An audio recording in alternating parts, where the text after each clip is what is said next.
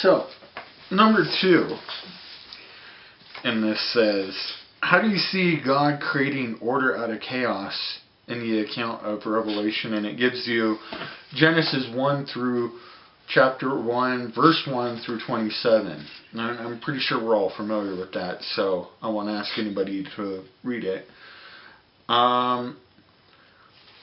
Basically, in those verses, I see it as God basically said, you know what, we're going to get this done no matter what. But I also see God saying, okay, you know what, now that it's done, time to give myself a break. And let's see, the next one says, what did you learn about the character of God in this passage? Well, for me, sorry folks, our edit button isn't working this week. No. I learned that God is persistent.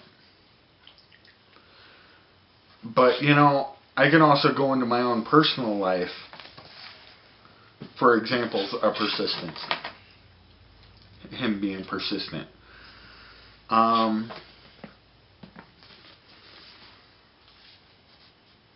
Back when I was a kid, 8, 9, 10 years old, I was telling everybody I was going to be a pastor. And a lot, and I won't go into detail because there's not enough film left in the camera, a lot of stuff has happened over the past 23 years? 24, 20, almost 26 years, wow. But let's just say that I'm still working on it. For me, one thing I want to ask people when they talk about this part is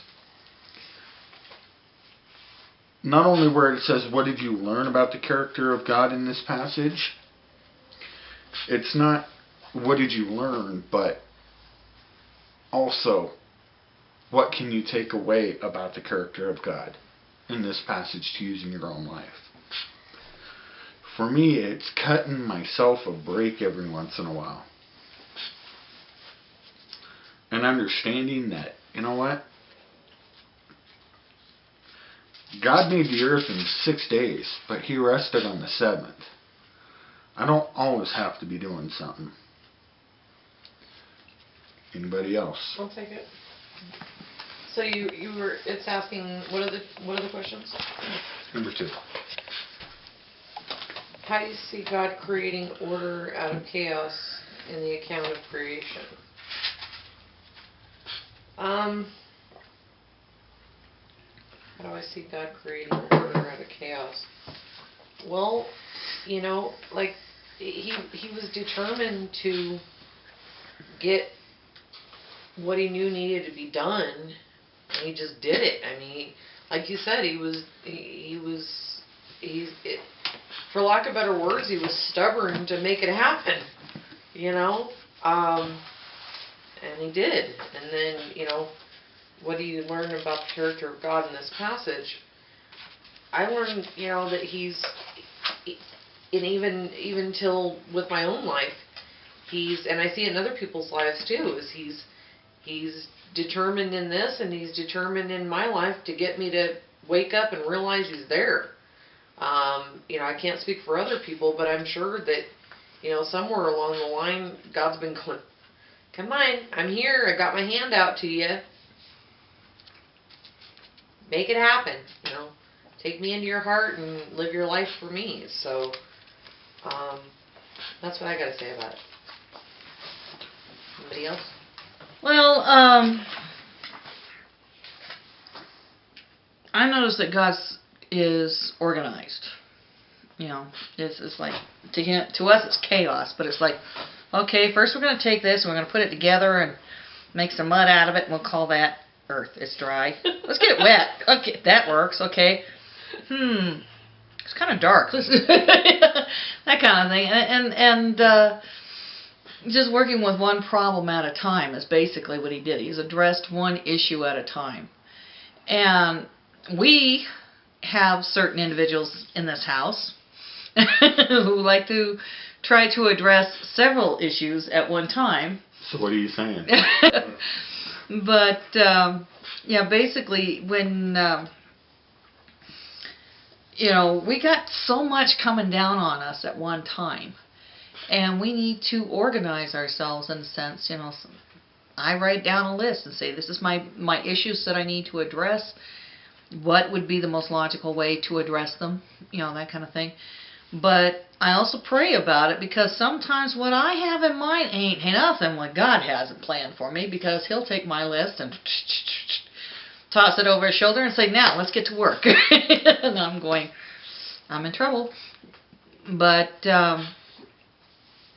we have to understand that we got to let God be in control, and that's our biggest problem. Is like, I got hit by a car, and then I ended up in a whole bunch of therapy, and then I lost my job because I got hit by a car and ended up with a whole bunch of therapy. And today we went to go see about getting somebody signed up with disability, and while I was there, I asked a question. The lady filled out some information, says, oh, you qualify. Here's a form, fill it out. And I'm like, okay. So I have to have my husband help me fill it out, because I have a problem reading because of a car accident that affects my reading abilities, and so I don't like to read in front of people a lot. But it's just, God has a plan. I just don't know what it is, and I just need to work with it. Was it really chaos if you created anything out of it? Granted, it states that it was a formless and empty. I was going to say, Dad, you're going to start sounding like my philosophy professor. I'm just throwing different things out there. But that can be a chaos, and basically everybody's touched on. He's put a structure there. Yeah. He's created the earth, and then